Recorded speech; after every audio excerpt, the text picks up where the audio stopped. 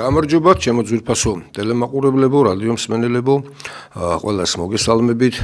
ჩავთვალოთ ესე, რომ 19 იანვრამდე მაინც ჯერ კიდევ ძველით ახალი წლები, ძველით ბედობა, ამიტომ ყველაფერი მინდა რომ საბოლოო ჯამში ჩემი ახალი წლების მერე არის ტრადიციულად სტუდიარბიდან ჩემი გადაცემა, როცა მარტო ვარ და ამიტომ მინდა გამოვიყენო კიდევ ერთხელ, ყველაფერი ერთად მინდა ისევ მოგილოცოთ და საინტერესო რამეა რომ 20-26 წელიწადი ფაქტობრივად შეიძლება ითქვას, რომ განსხვავებული იყო იმითი, რომ უდიდესი ნაწილი ეთმობა იმას, რომ ქვეყანაში იმ კანონებმა, რომელი კანონებიც იყო ბოლო დროს შემოღებული და რაც ბუნებრივად გამოიწვევდა იმას, რომ პატიმართა რაოდენობა გაიზრდებოდა, იმიტომ რომ ის კანონები შეიძლება ითქვას, რომ და ხშირად არის ხოლმე ამაზე საუბარი, უკანონო კანონები, ანუ არასამართლიანი კანონებია, რომელმაც რასაკვირველია საბოლოო ჯამში გამოიწვია ის, რომ პატიმართა რაოდენობა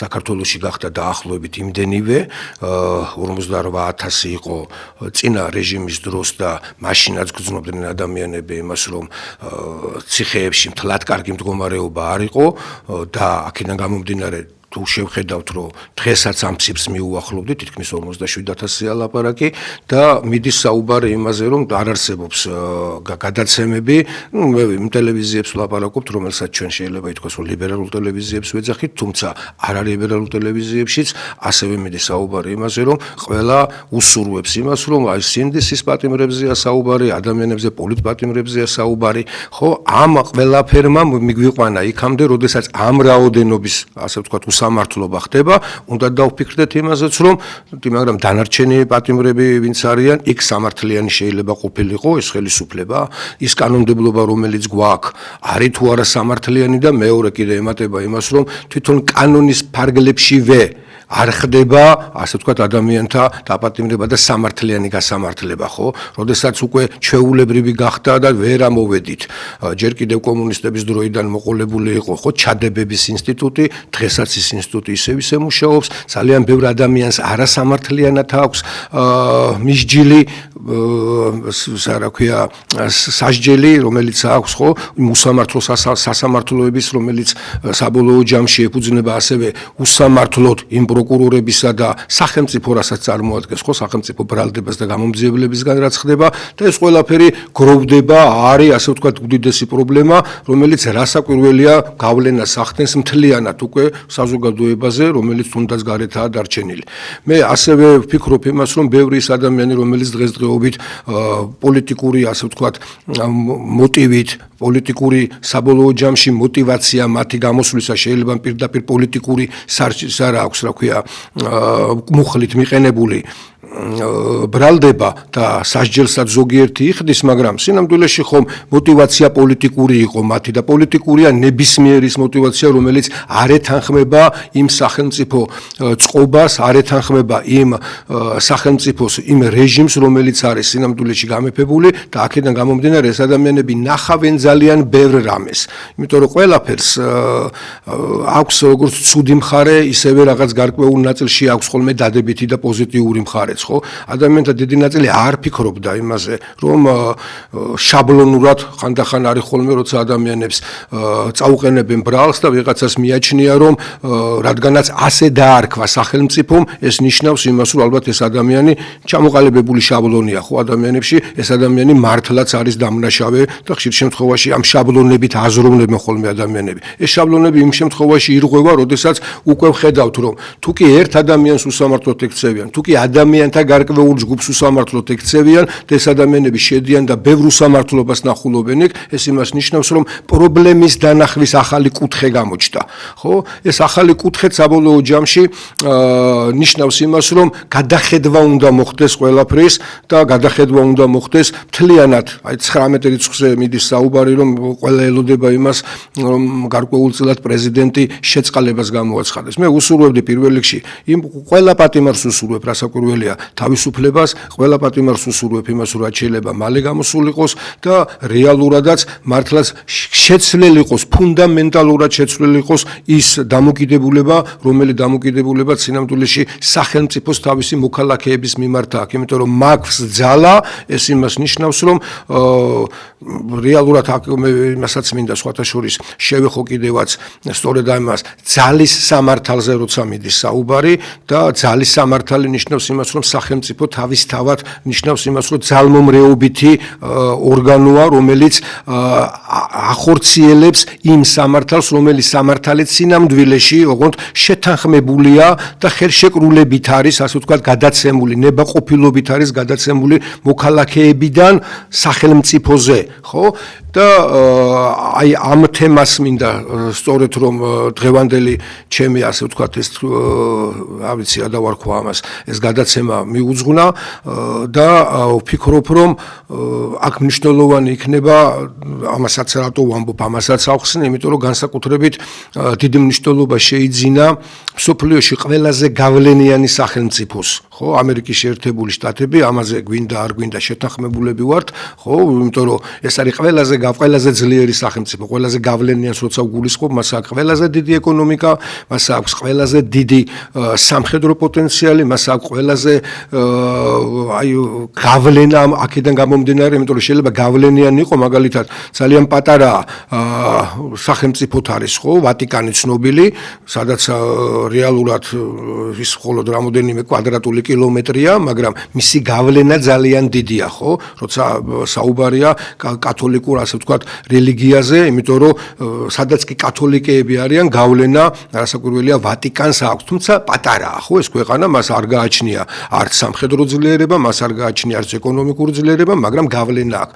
ამ შემთხვევაში, როცა ამერიკის შეერთებულ შტატებზეა საუბარი, მას აქვს გავლენა როგორც იდეოლოგიური თვალსაზრისით და ამაზე მინდა სწორედ ყურადღება გავამახვილო, იმიტომ რომ რეალურად ეს არის სახელმწიფო, რომელმაც ფაქტიურად შეიძლება ითქვას, რომ ყველაზე ძველი არის ამ მხრივ, იმიტომ რომ ჩვენ ხშირ შემთხვევაში ვლაპარაკობთ ხოლმე, რომ ამერიკის შეერთებული შტატები ეს არის ქვეყანა, რომელსაც სულიად ახლახანს წარმოიშვა, ხო?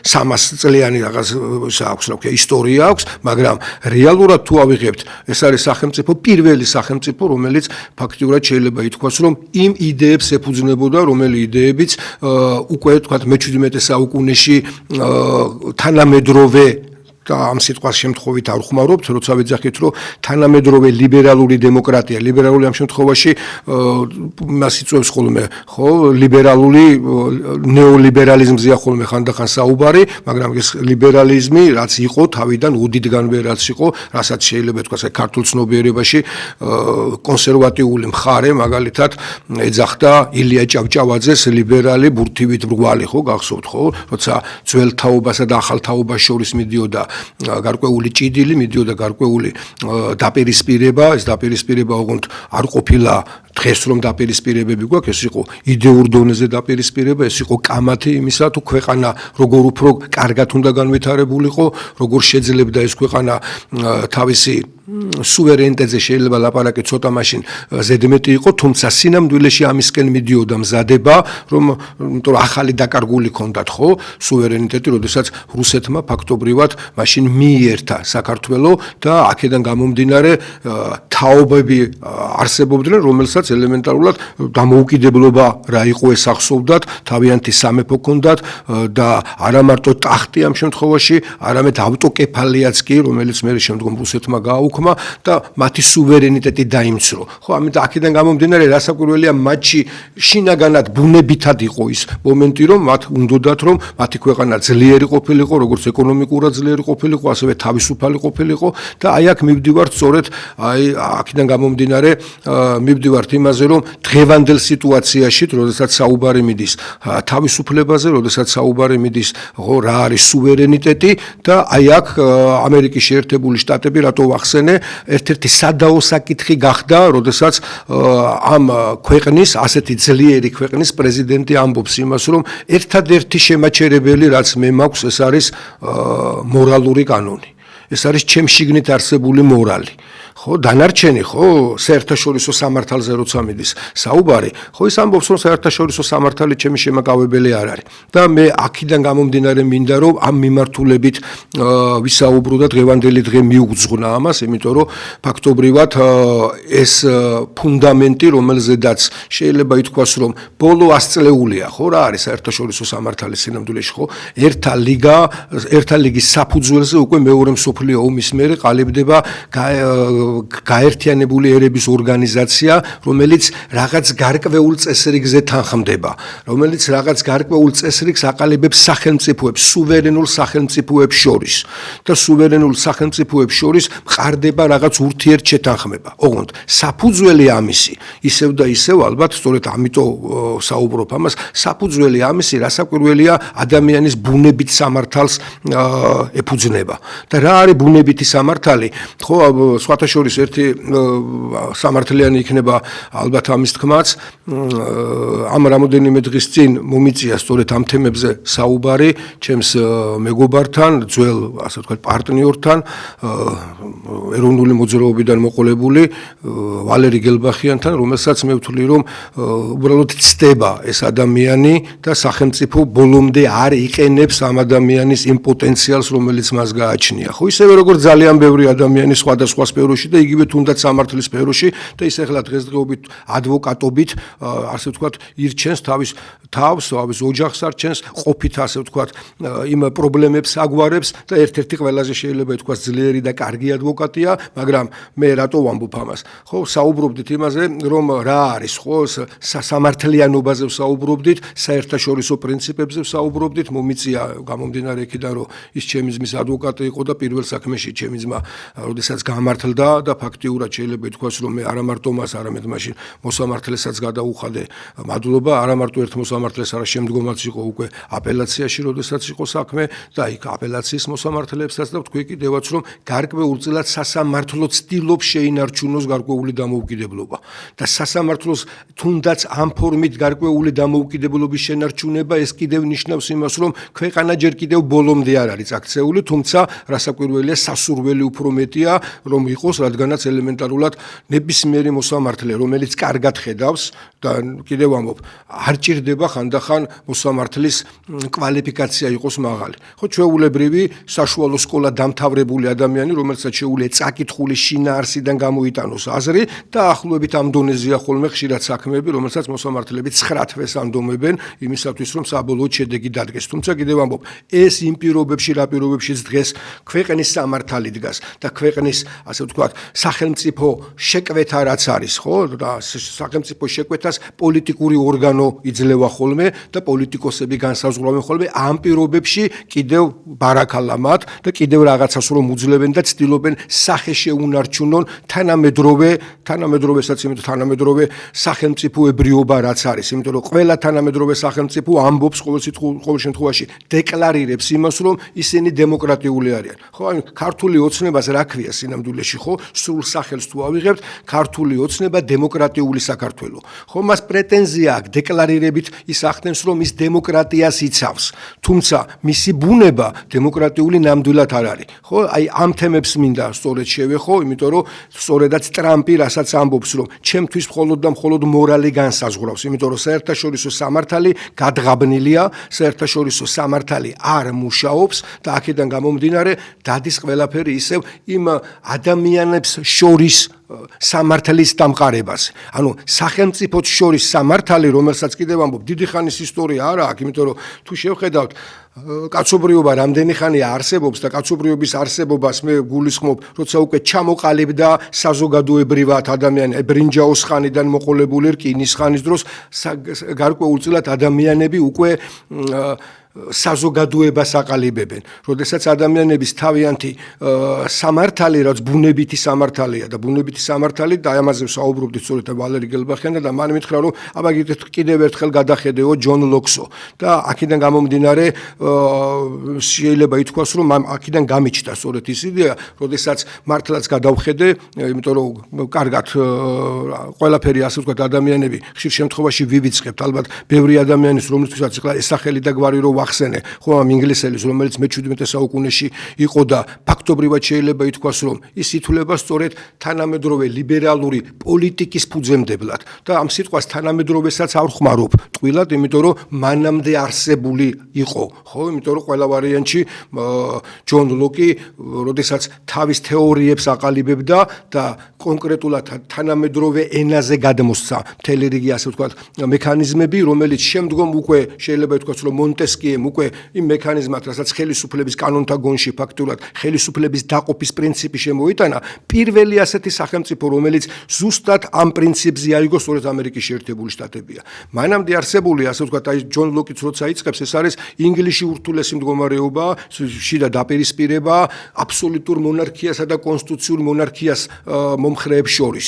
და აი აქ იბადება სწორედ, ასე ვთქვათ, მისი თეორია, რომელიც ამბობს, რომ ადამიანი დაბადებიდან და სხვათა შორის ეს არა მარტო ბიბლიაში, არამედ შეიძლება ითქვას, რომ აი სწორედ იმამდე თუნდაც ქრისტიანობამდე, რომელმაც მოგვიტანა საბოლოო ჯამში, ხო, როგორც ბიბლია ძველი აღთქმაც, ამის მერე, ასე ვთქვათ, გახდა ბევრი ადამიანისთვის ცნობილი, მას მერე რაც ქრისტიანი გახდა, ამის მერე გაიგო რა იყო ძველი აღთქმა, ხო, რომელიც ქრისტიანობამდე იყო და მანამდე იყო, თქვათ, მარტო ებრაელების რელიგია, ხო, ებრაული და ფინიკიური საზოგადოების რელიგია, რომელსაც ებრაელებიც მიეკუთვნებიან, აი იქედან წამოსული, ასე ვთქვათ, პოსტულატები. ხო, ადამიანი ბუნებით არის თავისუფალი, ხო, როდესაც აი თუნდაც ადამი და თუნდაც მე მისი შვილები, თავისუფლება რა არის? ოღონდ თავისუფლება აბსოლუტური სახით თავისუფლება არ არსებობს, ხო? ეს იქვე ჩანს, ხო, როდესაც თავისუფლების ფასი თუ გინდა გაიგო, მაშინ რაღაცა აკრძალვაც უნდა იყოს. სხვა შემთხვევაში თავისუფლება, ეს გიჟის თავისუფლება, რასაც მინდა იმას ვიზავ, როგორც მინდა ისე ვიზავ, ეს არ არის თავისუფლება, იმიტომ რომ თავისუფლება შენი მთავრდება იქ, როცა რაღაცის აკრძალვა მოდის, როცა მეორე ადამიანთან, მეორე ადამიანის თავისუფლებას ეხები, აი იქ უკვე თავისუფლება უკვე ნიშნავს, როცა შეზღუდვა ჩდება და შეზღუდვა იყო, ხო, სწორედ რომ ყველაფრის უფლება გარდა ერთისა, რომ თქვა არ შეიძლება იმ ნაყოფის გასინჯვა, რომელსაც შეიძლება ითქვას, რომ ცნობიერების ნაყოფის გასინჯვა, იმიტომ რომ ღმერთმა მაშინ ჩათვალა, რომ ადამიანი ჯერ ამისთვის მზად არ იყო, თუმცა პატევისცა მის თავისუფალ არჩევანს, ხო, თავისუფალ არჩევანს პატევისცა, ეს ნიშნავს, რომ კი არ გაანადგურა და ახალი კი არ გააკეთა, ეს ვერსია არ გამოვიდა და აქედან გამომდინარე, მოდით ახლა მეორეჯერაც მოვუძელდა, რა უნდა ხო ამის გაკეთებას, მაგრამ არა, თავისუფალი არჩევანის უფლება, ოღონდ თავისი რასაკვირველია შედეგებით, ხო, შედეგებით იმისა, რომ ადამიანმა დაკარგა უკვდავება და ის განდევნილი იქნა ედემის ბაღიდან და იწყება მისი ცხოვრება. ხო, იგივე კაენისა და აბელის ურთიერთობა. ხო, აქაც ადამიანი პირველად არღვევს მეორე ადამიანს კლავს, ანუ ართმევს ბუნებით ყველაზე მთავარ უფლებას, სიცოცხლის უფლებას.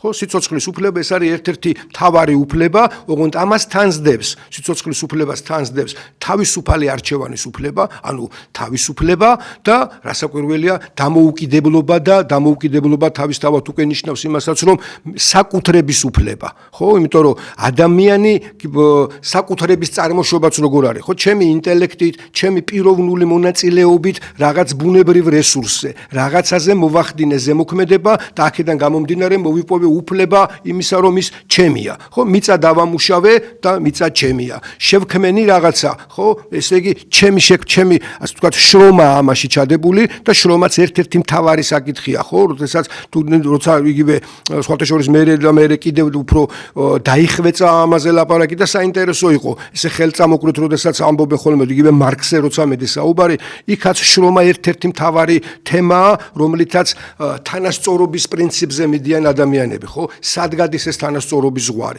სხვათა შორის ჯონ ლოკი ამბობს იმას, რომ მას მერე რაც ადამიანმა ფული, ასე ვთქვათ, შექმნა, ხო, რომელმაც ბევრ რაღაცაში გააადვილა ურთიერთობები, ხო? იმიტომ რომ ფულის შემოტანის მერე ადამიანი ფაქტობრივად უფრო მეტად ავითარებს თავის ეკონომიკას. მისი ურთიერთობები ბევრ რაღაცაში ადვილდება, იმიტომ რომ თუ კი უნდა გაეცვალა სიტყვაზე ხორბალი ხორცში, ან გაეცვალა, ვთქვათ, მერე რკინაში, ან გაეცვალა, ვთქვათ, რაღაც იმაში, რა ქვია, შრომის იარაღში, ან თუნდაც საბრძოლო იარაღში, ხო, რთული დამოკიდებული რამდენზე შეფარდებით, რა შრომა იყო რაღაცაში ჩადებული, ვინ როგორ აფასებდა ამას, ფულმა ეს ურთიერთობები დაარეგულირა. თუმცა იმავ წუთას, ხშირ შემთხვევაში ესია ხოლმე, რაც დავიწყე დასაწყისში, ყველაფერს აქვს, ასე ვთქვათ, ორი მხარე, პოზიტივიც და ნეგატივიც. ხო, ცალკე პოზიტივი, როგორც ესეთი არ არსებობს, მას თავისი ნეგატივი მოყვება და ეს არის ის ალგორითმი, რაზეც აგებულია საერთოდ სიცოცხლის ბუნება, ხო, როგორც არის.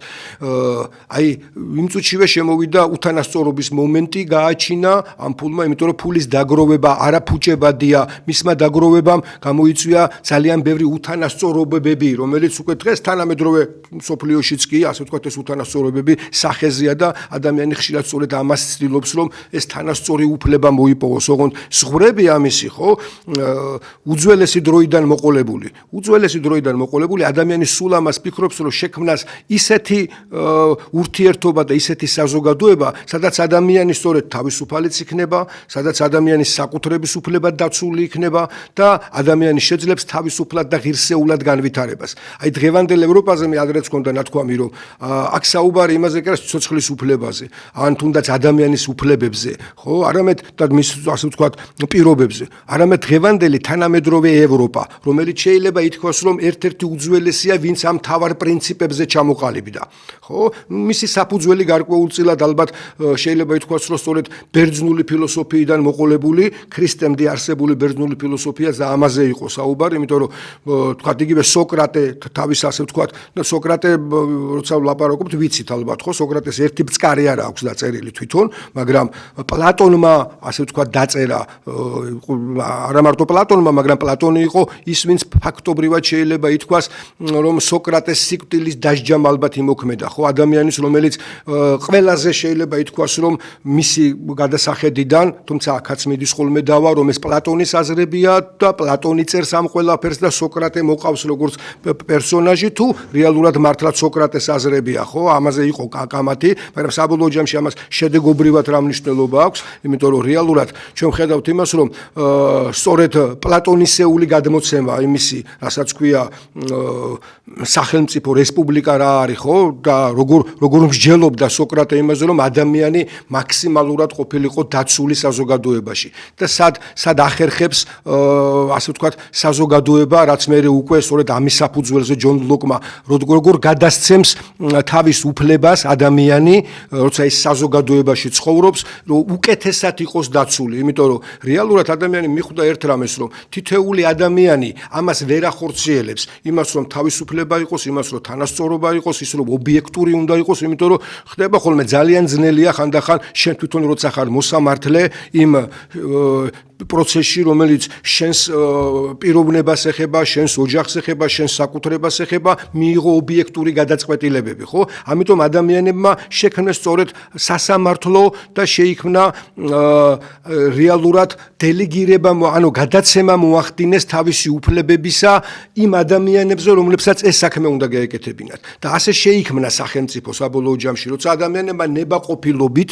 ხო, უმეტეს შემთხვევაში ასე დაიწყო, ნებაყოფილობით გადასცეს თავისი უფლებები სახელმწიფო ინსტიტუტს. და სახელმწიფო ინსტიტუტი თავისთავად აბსტრაქცია ხომ არ არის, ადამიანები არიან, რომელებიც მერე განსაზღვრავენ და ამ საზოგადოების ინტერესების დაცვისთვის ახორციელებენ გარკვეულ ქმედებებს, ქმნიან კანონებს და ერთ-ერთი მთავარი რაც არის სწორედ, ეს არის სწორედ ის კანონი, რომელი კანონიც საბოლოო ჯამში შეიძლება ითქვას, რომ ფუნდამენტალური კანონია, ეს არის კონსტიტუცია.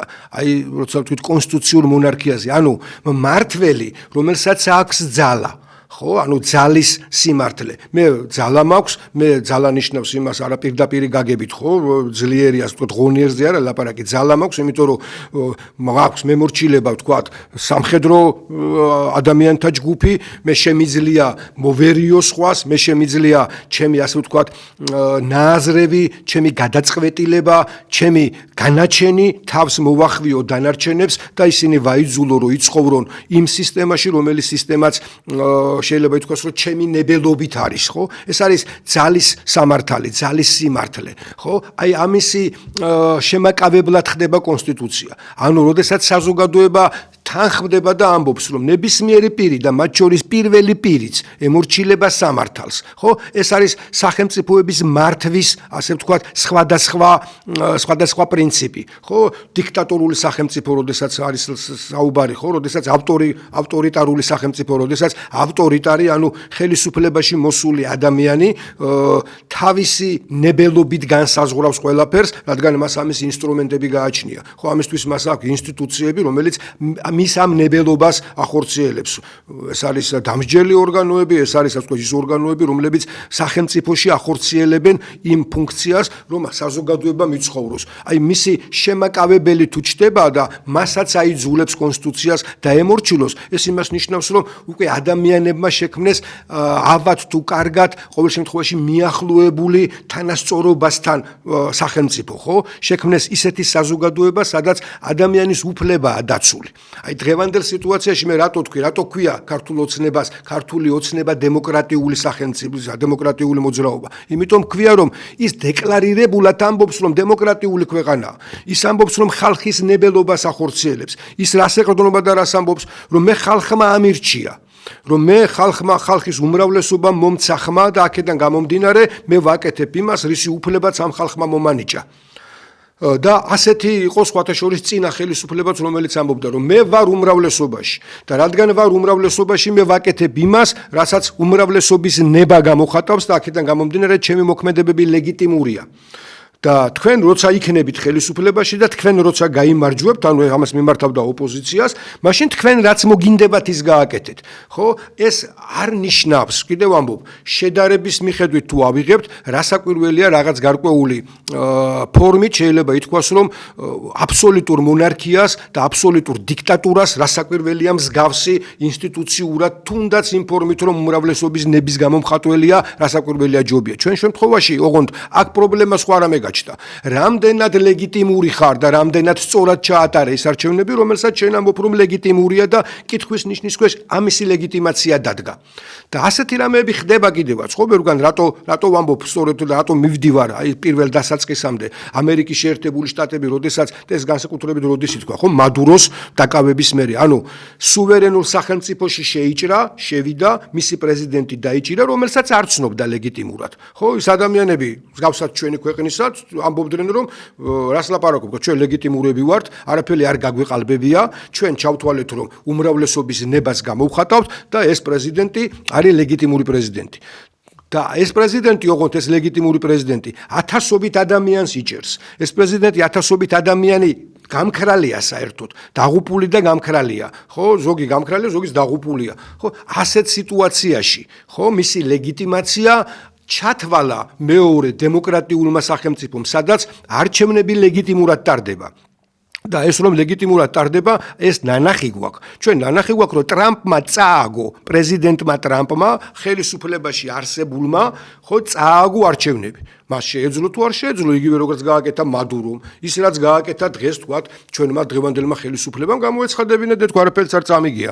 მოვიგე ეს არჩევნები და ლეგიტიმური ვარ. იმიტომ რომ განსხვავება მათ პროცენტებში, როდესაც ხდება ხოლმე ამერიკის შეერთებულ შტატებში არჩევნები, არ არის ესეთი რა ვქო, რომ ერთმა 60 და 65% მიიღო და მეორემ თქვათ ნაგლე. იქ თითქმის არის 3-4%-ია მაქსიმალური სხვაობები ხოლმე. მეტი არ არის, იმიტომ რომ დემოკრატიული სამყარო თავისთავად ბუნებითობით იძლევა ასეთ შედეგებს. სხვაგვარად არ ხდება, იმიტომ რომ რეალურად ადამიანები, რომლებიც არჩევანს აკეთებენ, ეს ადამიანები უკვე 100 წლეულები აკეთებენ უკვე ამას, ხო ისინი იყოფიან კიდევაც ესე და სხვათა შორის საინტერესო მოვლენებია, რომელიც მუდმივად ესე ხდება. ხელისუფალს, როცა ის ატარებს ხოლმე კონგრესის არჩევნებს, უმეტეს შემთხვევაში ყოველთვის ესე ხდება. წაგება არის ჩვეულებრივი რამე. ანუ მოსახლეობა თვლის, რომ მე შენ მოგეცი პრეზიდენტი ხარ და უკვე როცა დგება კონგრესის არჩევნები და ეს დროში ერთმანეთს არ ემთხვევა, მე ალტერნატივას გიკეთებ. ხო, ნაკლები შემთხვევებია, როდესაც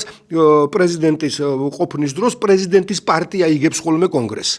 უმეტეს შემთხვევაში აგებენ, იმიტომ რომ ისინი ხედავენ, რომ ეს ბალანსი აუცილებელია. და აღარ ვლაპარაკობ სასამართლო სისტემაზე, როდესაც პრეზიდენტების მიმართ იმპიჩმენტებია გამოტანილი. ხო, როდესაც პრეზიდენტებს, აი ნიქსონი მაგალითად საერთოდ გადააყენეს, იმპიჩმენტი გამოუცხადეს და გადააყენეს. ასე იყო რამოდენიმე შემთხვევაში, როდესაც პრეზიდენტების საკითხი დაისვა, ხო, ბოლო პერიოდიც გახსოვთ, ხო, იგივე კლინტონთან მიმართებაში. ანუ სასამართლო სისტემა მოსამართლე იქ თვლის, რომ სახელმწიფო უფრო მაღლა დგას, ვიდრე თუნდაც ის პოლიტიკური მომენტი და ეს ადამიანები, სხვათა შორის იგივე ნიქსონი, რაიმე თავისი პირადი საქმეების გამო კი არა, კორუფციის გამო კი არა, ამ ფული მოიპარა კი არა. ის თვლიდა, რომ სახელმწიფოს ასე ჭირდებოდა და რაღაც მოსმენების და იმის გამო, ანუ კანონი დაარღვია, ოღონდ დაარღვია ეს კანონი საერთო სახელმწიფო ინტერესიდან გამომდინარე. მას თავისთვის არ დაუ თავისი ოჯახის ინტერესების გულს არ გაუკეთებიეს. მიუხედავად ამისა, სასამართლომ ჩათვალა, რომ ამაზე დგას სახელმწიფო და თუ ამაზე თვალს დავხუჭავ, მიუხედავ შეიძლება საქმე იქამდე მისულიყო, რომ სახელმწიფოში ურთულესი მდგომარეობა შექმნილიყო, მაგრამ ამის ფასადაც მიდის მოსამართლე ამაზე, იმიტომ რომ მას ნაკლებად აინტერესებს პოლიტიკური სიტუაცია, იმიტომ რომ ფუნდამენტია ესეთი. ამ ფუნდამენტზე მე მომეთხოვება, პოლიტიკოს მოგეთხოვება და დათვალე და გააკეთე ისე, როცა პოლიტიკოსი ხარ, რომ აქამდე არ მიიყვანო საქმე. იმიტომ რომ თუ საქმეს აქამდე მიიყვან, მაშინ შედეგი ესეთი იქნება, იმიტომ რომ მე სამართლიანობა და სამართალი მაინტერესებს და არ მაინტერესებს პოლიტიკური мотивация. თუნდაც სამშობლოსთვის და პატრიოტიზმის გზნობით იყოს ეს, ასე ვთქვათ, мотивация ეს იყოს. ეს არის ამერიკული დემოკრატია, რომელიც ფაქტობრივად ცდილობს ისევე როგორც თავის დროზე ლენინს უნდოდა, რომ სოციალიზმი გამხდარიყო და მსოფლიოს, ასე ვთქვათ, ერთ-ერთი ყველაზე მთავარი მამოძრავებელი ყოფილიყო და ამას აკეთებდა კიდევაც, ხო, საბჭოთა კავშირი თავის იმაში, რა ქვია, თქვენ წარმოიდგინეთ, რომ იგივე თურქეთშიც კი, ხო, და ჩვენ კარგად ვიცით, რომ იგივე ორჯონიკიძე იყო თუ ცხაკაია თუ ისინი პირდაპირ იყვნენ მივლინებული. ირანი, თურქეთი, ხო, და მოდის კიდევაც სხვათა შორის ეს 20-იან წლებში რეჟიმები, რომლებსაც მაშინ ლენინი და მაშინდელი, ისა რა ქვია, საბჭოთა რუსეთი და საბჭოეთი უჭერდა მხარს, ხო, ჯერ ჩამოყალიბებული საბჭოეთი კიდე ბოლომდე არ იყო და უჭერდა მხარს, იმიტომ რომ იდეოლოგიურად მისთვის მისაღები იყო. ზუსტად ისეთივე მომენტია, იდეოლოგიურად შენ გინდა რომ შექმნა ისეთი სახელმწიფო, სადაც საშიშროებები მერე შენი მეზობლებიდან არ გელოდება და თანაც აჩვენებ, ხო, რომ ეს არის პროგრესი, იმიტომ რომ ჩემს ქვეყანაში მცხოვრები ადამიანები დაცულები არიან, ჩემს ქვეყანაში მცხოვრები ადამიანები თანასწორები არიან, ჩემს ქვეყანაში მცხოვრებ ადამიანებს განვითარების უფლება აქვთ და ეს უფლების რეალიზაცია ხდება და არა მარტო უფლება, არამედ რეალიზებულია. ხო, ამერიკის შეერთებული შტატების სავსეა მსოფლიოდან ჩასული ყველა ტიპის ადამიანით, ყველა ეროვნების, ყველა რელიგიის, ყველა რასის, რაც კი არსებობს, იმიტომ რომ იქ ადამიანები პოულობენ საშუალებას იმის, რომ თავის რეალიზაცია მოახდინონ. და ამიტომაც მისი ეკონომიკა ერთ-ერთი ყველაზე ძლიერი ეკონომიკაა. ხო, დოლარით ხდება მთელ მსოფლიოში, ხედავთ იმას, რომ ვაჭრობა. ვიღაცა თulis, რომ ეს მხოლოდ ძალის შედეგია. ძალა მოიტანა ეკონომიკამ. იმიტომ რომ პირველი მსოფლიო ომის დროს ამერიკის შეერთებული შტატები არ იყო ყველაზე ძლიერი სამხედრო, ასე ვთქვათ, მანქანა მას არ ყავდა. სამხედრო მანქანა მას ყველაზე ძლიერი უხდება მეორე მსოფლიო ომის მერე. მანამდე მას ძალა პირდაპირი გაგებით თუ ავიღებთ ესეთი, მას არ ქონია. ხო, ევროპა ბევრად უფრო იყო, რა ქვია, ჩამოყალიბებული, როგორც სამხედრო მანქანა, ვიდრე ვთქვათ ამერიკის შეერთებული შტატები. მაგრამ ეკონომიკამ მისცა იმის საშუალება, რომ ეკონომიკაზე დგას არა მარტო სამხედრო, ასე ვთქვათ, ძლიერი, არამედ კულტურა, განათლება, ყველაფერი ეკონომიკაზე დგას. ყველაფერი საბოლოო ჯამში პირველი, ასე ვთქვათ, შეიძლება ითქვას, რომ და საინტერესოა, მე ხა ვალერიზე როცა ვილაპარაკე, საინტერესოა მოусმინეთ ხოლმე, შეიძლება კიდევ ამბობ ადამიანები, რომელსაც ახლა სახელ და გვარებს ვამბობ, ერთგვაროვანი დამოკიდებულებაა, ვთქვათ, საზოგადოების მხრიდან. ხო, იმიტომ რომ ეს ადამიანები ზოგს ესე მიაჩნია, ზოგს ესე. გუბასანიკიძის ლექციებს უნდა მოусმინოთ. ხო, გუბასანიკიძე, რომელიც შეიძლება მოგწონ, შეიძლება არ მოგწონ, პრეტენზია მის პრინციპულობაზე და ასე შემდეგ და რეალურად სინამდვილეში რაც არის საფუძველი არის, რომ აგერ უღალატა იმას და გადავიდა მოწინააღმდეგე ბანაკში, სადაც ამ ბანაკს ებრძოდა. და ერთი მის ლექციებს შეხედეთ და ნახავთ, როცა მსოფლიოზე ლაპარაკობს, როგორ ის ადამიანები ძველ საბერძნეთზე, ირანზე იყო ლაპარაკი.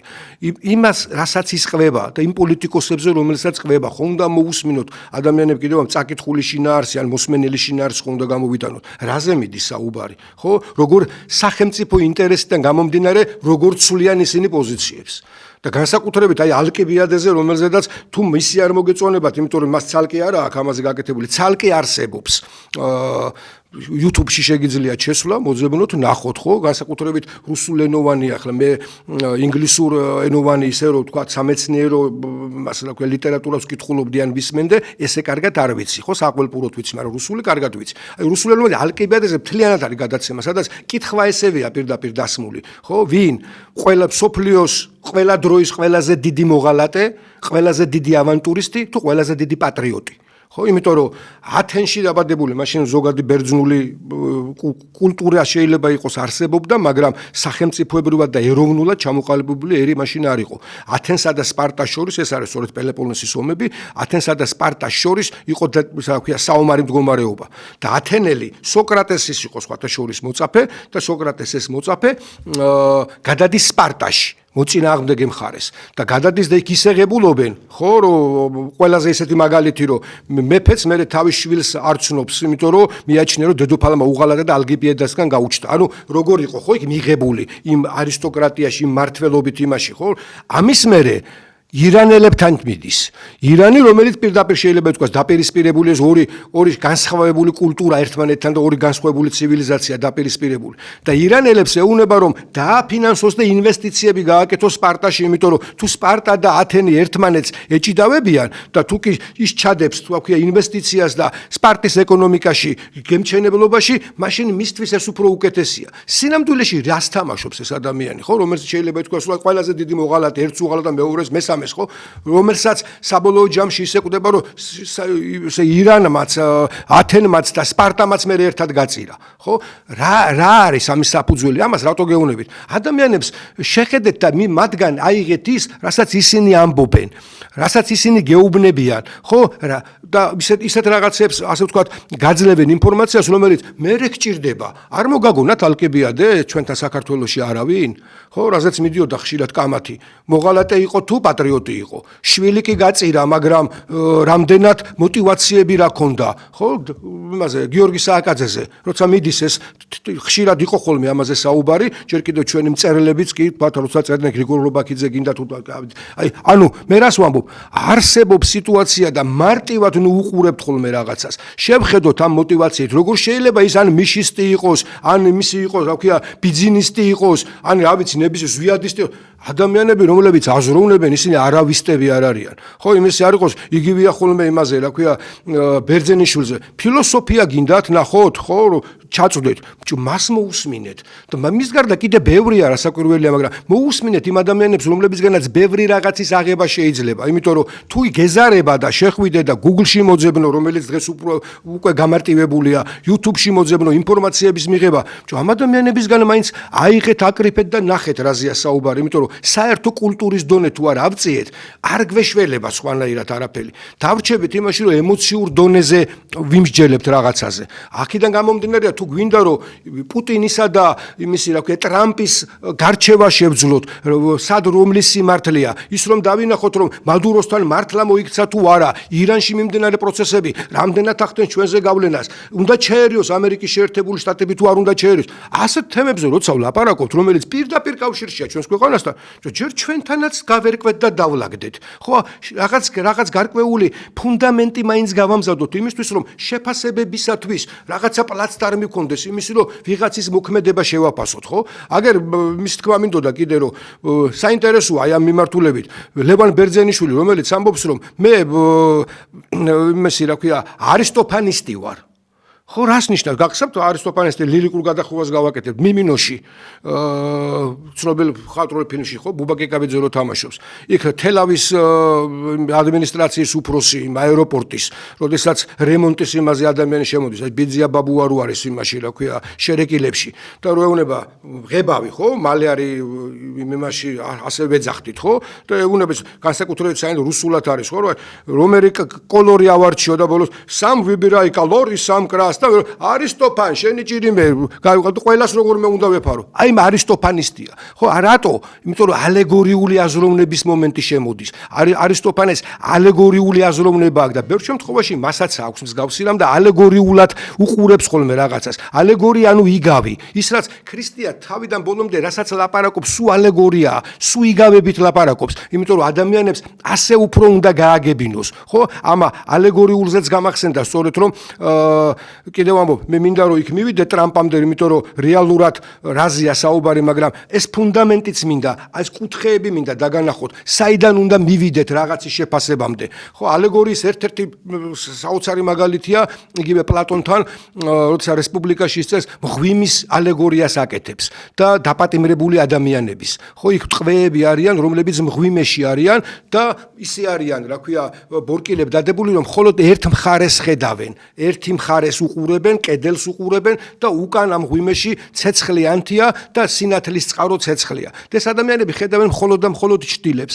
ხო, ადამიანების მოძრაობას ჭდილებით ხედავენ, საგნებს ჭდილებით ხედავენ, ხო? და შემდგომში და მათ უყალიბდებათ, რომ ეს არის სამყარო. ისინი ჭდილების სამყაროს უყურებენ და მიაჩნიათ, რომ ეს არის სწორედ ის სამყარო, რომელსაც ისინი ხედავენ. თავის თავსაც ასე შეიმეცნებენ. ეს მე სხვადასხვა იმაში ფილოსოფიებში, აღმოსავლეთშიც, სხვა მიმართულებით ეს ჩამოყალიბდა კიდევაც, ხო? ეს არის პირველი შემეცნება საკუთარი თავის და საზოგადოების, ბუნების შემეცნება, სად რა გარემოში ხარ ამის შემეცნება.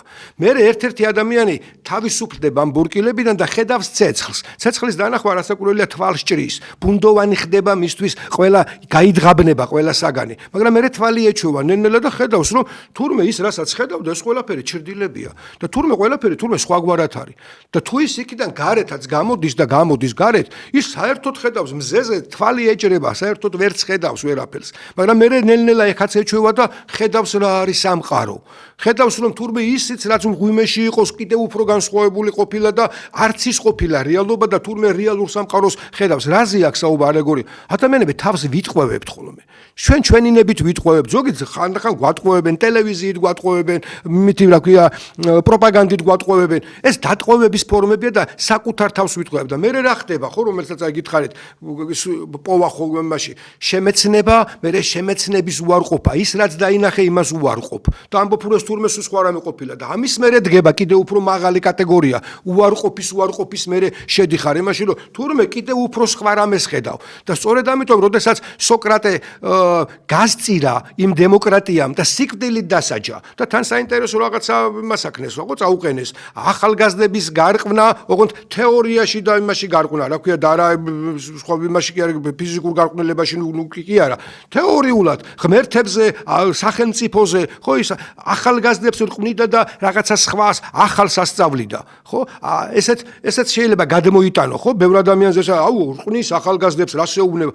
აზროვნების წესზე ამან დააწერინა საბოლოო ჯამში და ამან დაანახა და წყარო ეს გახდა მისთვის, რომ მე უკვე ასე ვთქვათ სოკრატეზე ეწერა.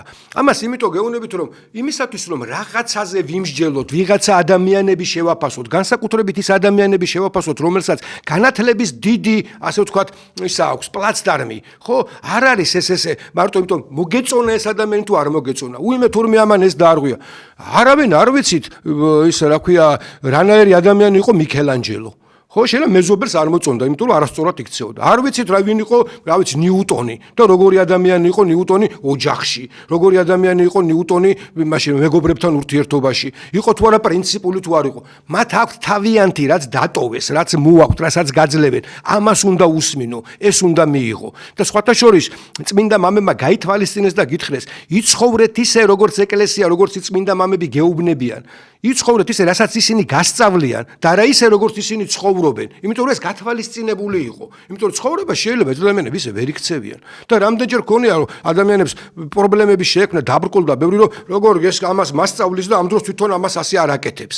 რასაც გასწავლის ეს გაიგე, რას გეუბნება ის გაიგეთ, რომ თვითონ რას აკეთებს, შეიძლება ვერ კაჩავს იმას, რასაც უნდა აკეთებდეს. მაგრამ შენ გეუბნება სწორი გზა როგორია. შენ გასწავლის და მთელი ფუნქცია ეს იყო სწორედ იმ ადამიანებისა, რომლებიც ტოვებდნენ რაღაცას, საზოგადოებას უტოვებდნენ რაღაცას. გინდათ ხელოვნებაში, გინდა მეცნიერებაში, გინდათ ყოფით ცხოვრებაში, სპორტში, რავი, ყველაფერი გიტოვებს რაღაცას, მაგრამ თვითონ შეიძლება იმას ვერ კაჩავს. და შეიძლება არ არის სანიმუშო ადამიანი, მაგრამ სანიმუშო ადამიანი ყავს, მაგრამ იმან ვერაფერი ვერ დატოვა, მაგრამ კარგი ადამიანია. კარგი ადამიანი არის, კარგი მეწაღე, არის კარგი ადამიანი, შეიძლება როგორც მეწაღე კი, როგორც ჩვეულებრივი კარგი ადამიანია, მაგრამ ხა პლატონს ვერ შეადარებ, ხო?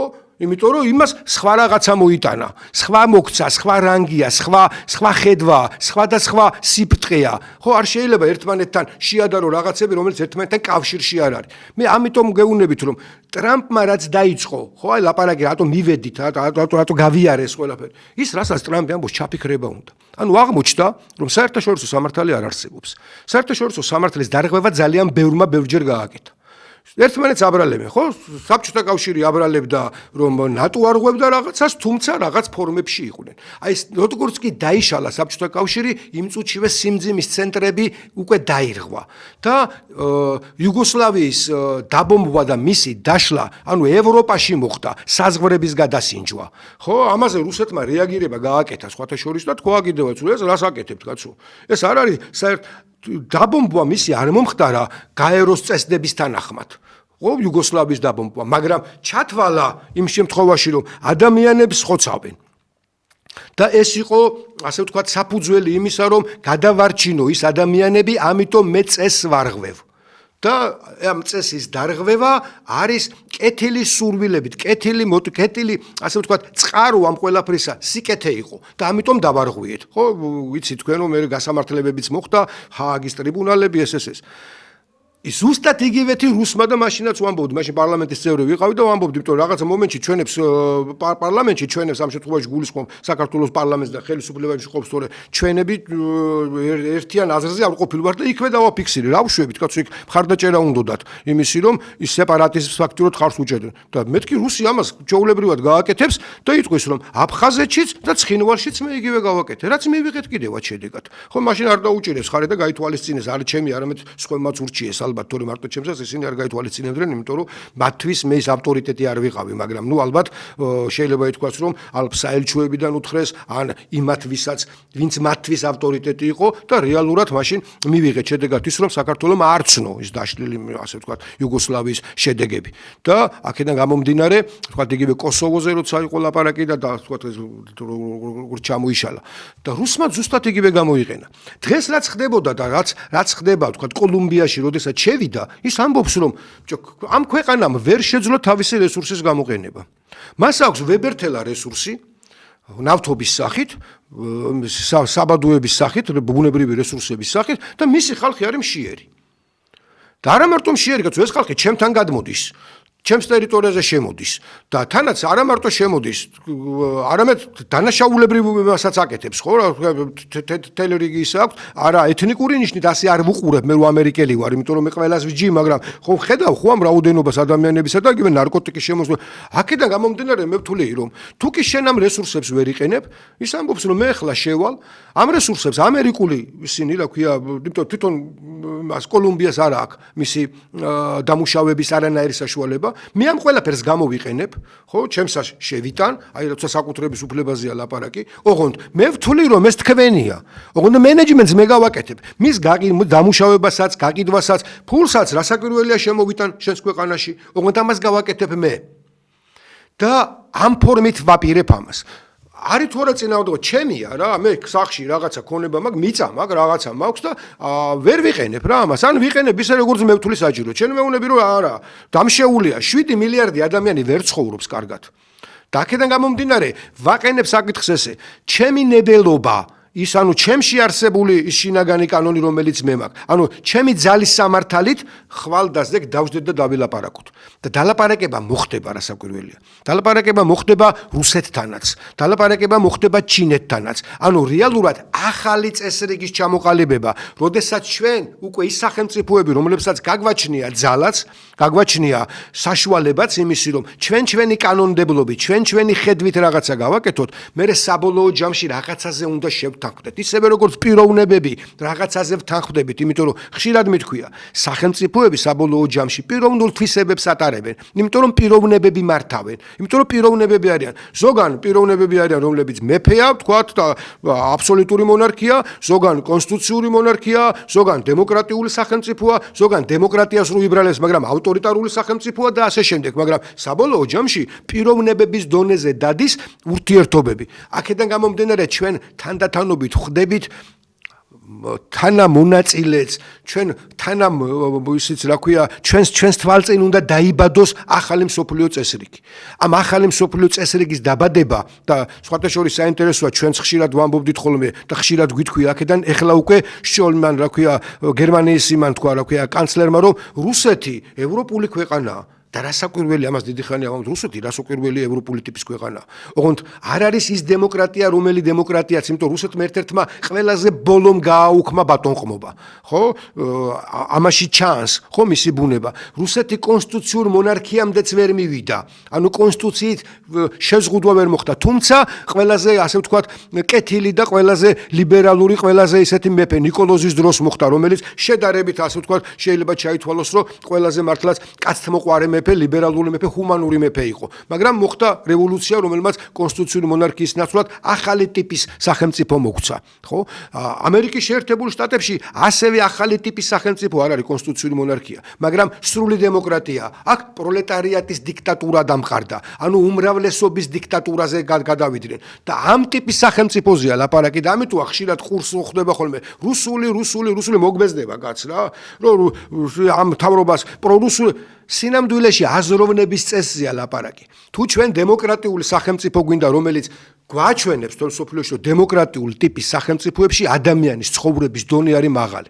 თანასწორობა არის უზრუნველყოფილი. საშუალება იმისი რომ ღირსეულად იცხოვრო აქვთ. აქ ამაზეა რა გვინდა ჩვენ? გვინდა ღირსეული ცხოვრება, გვინდა თანასწორი ცხოვრება, გვინდა რომ ადამიანი თავისუფალი იყოს. მაშინ ამ ტიპის სახელმწიფო უნდა გავაკეთოთ და რა იმ ტიპის სადაც იბრალებ რომ მაგ დემოკრატია მაქვს, მაგრამ სინამდვილეში უმრავლესობის დიქტატურაა და მე თან უმრავლესობას აღარ სურს წასვლა. ესეც ახალი კი არ არის, რამე ჩვენთან ახალი კი არ ხდება. უძველესი დროიდან მოყოლებული, ბერძნულიდან მოყოლებული, ან ბერძნულ სახელმწიფოებში დაჯექით, ამიტომ იმ ადამიანების ლექციების მოსმენა უფრო ადვილია, ვიდრე თავად თქვათ ეძებოდა ნახო, მაგრამ თუ ამას გააკეთებ, რომ თავად მოძებნი, კიდევ უფრო უკეთესი იქნება. და ჩახედეთ და ვნახოთ და შეფასებებიც მერე უნდა გავაკეთოთ და ვთქვათ, არის კი ეს სახელმწიფო, ის ჩვენგან მიცემული ის უფლებები, რომელიც მათ აქვთ. იყენებენ იმ უფლებებს სწორად, იმიტომ ჩვენ უფლება განვუსვადრეთ კონსტიტუციით და კანონმდებლობით და უთხარით რომ აი ეს ყველაფერი უნდა გააკეთო იმისთვის რომ ჩვენ აქ კარგად ვიცხოვროთ. ჩვენი ნებელობით არის ეს ყველაფერი და რახან ისინი ამას კარაკეთებენ იმ უძველესი დროიდან იყო ადამიანებს გონიათ ეს ახალი გაჩენილი ცნება. თუ არ აკეთებს იმას რასაც შენ მიეცი ეს უფლება, მაშინ შენ გაქვს იმისი უფლებაც რომ ბოლომდე კი არ მიგიცი ეს უფლება. ეს მე-17 საუკუნეში დაიწერა. მე-17 საუკუნეში და მანამდე კიდევ გეუბნებით რომ სოკრატე და არისტოტელე და ეს ადამიანები წერდნენ.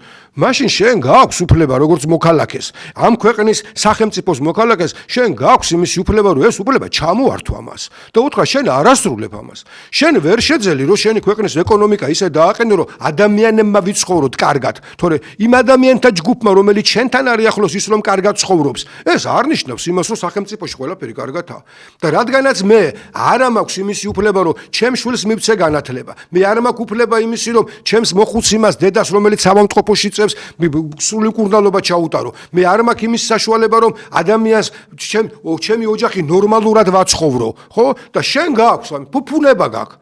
მილიონებს აკეთებ თურმე და თურმე კი არა ძალიან კარგადაც ვიცით კაცო რაც არის მოძებნილი და ნაპოვნი იმასთან შედარებით ის არაფერი არ არის. ჩვენ ხო ვიცით სინამდვილეში ეს ადამიანები და გახედეთ ხალხო გარშემო რა ხდება. მართლაც ფერარის ცენტრი, ფერარს და ლამბორგინს და იმას რო იყიდი ადამიანი, მაშინ როცა დაქცეულია ქვეყანაში და მეტროში ადამიანები შიმშილით დადიან, ბავშვები მათხოვრობენ. მე რა აქ იმაზე კი არის ლაპარაკი მართლა შიმშილით ყდება.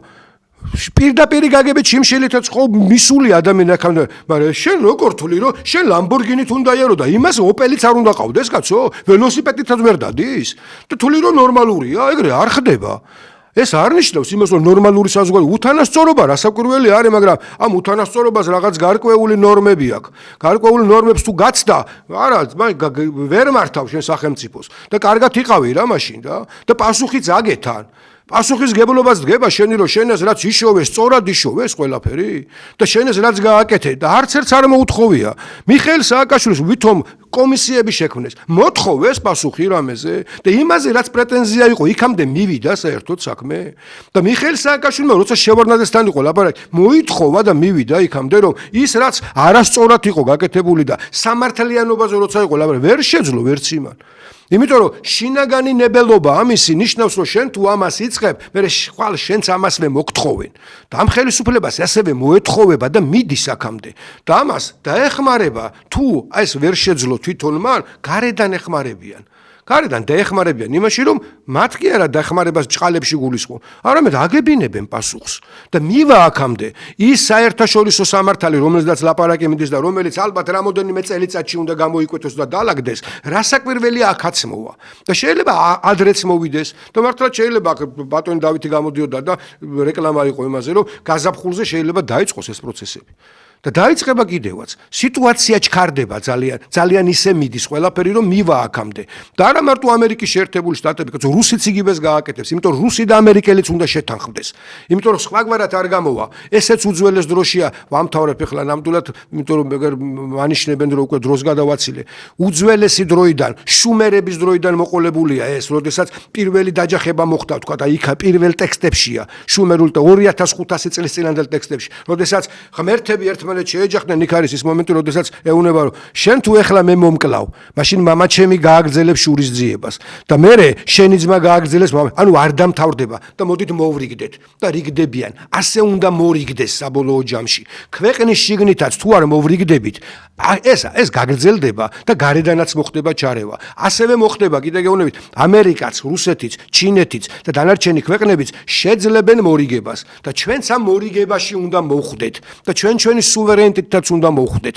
შევძლოთ, რომ სუვერენიტეტი კონდეს, თორე ვიღაცას რუსთან უნდა და ვიღაცას ამერიკელთან. რეფერენდუმი რო ჩავატაროთ, დარწმუნებული ვარ, რომ 30% ცოტა მეტი იტყვის, რომ არის, რა ქვია, ამერიკის 51 შტატობაზე, რა ქვია, მოგიწერს ხელს და მეორე ნაწილი ალბათ 15% შეიძლება იყოს პირდაპირ რუსეთის გუბერნიაზე მოგიწეროს, მაგრამ დანარჩენები ხომ ვართ, კაცო, ისეთები, რომელსაც ჩვენი ქვეყანა გვინდათ, რომ თავისუფალი იყოს. ერთთანაც, მეორესთანაც, მესამესთან და მეოთხესთანაც ყველასთან ნორმალური ურთიერთობა გქონდეს.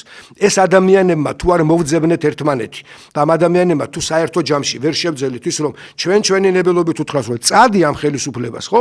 მაშინ ეს რთული პროცესით მოხდება. დიდი მადლობა ყურადღებისთვის და ცოტათი გამეწელა დრო, ბოდიში ვუხდი ჩემს შემომსვლელს, რომ წავართვი ის დრო, რომელიც მისთვის იყო განკუთვნილი. კარგად ბრძანდებოდეთ, ნახვამდის.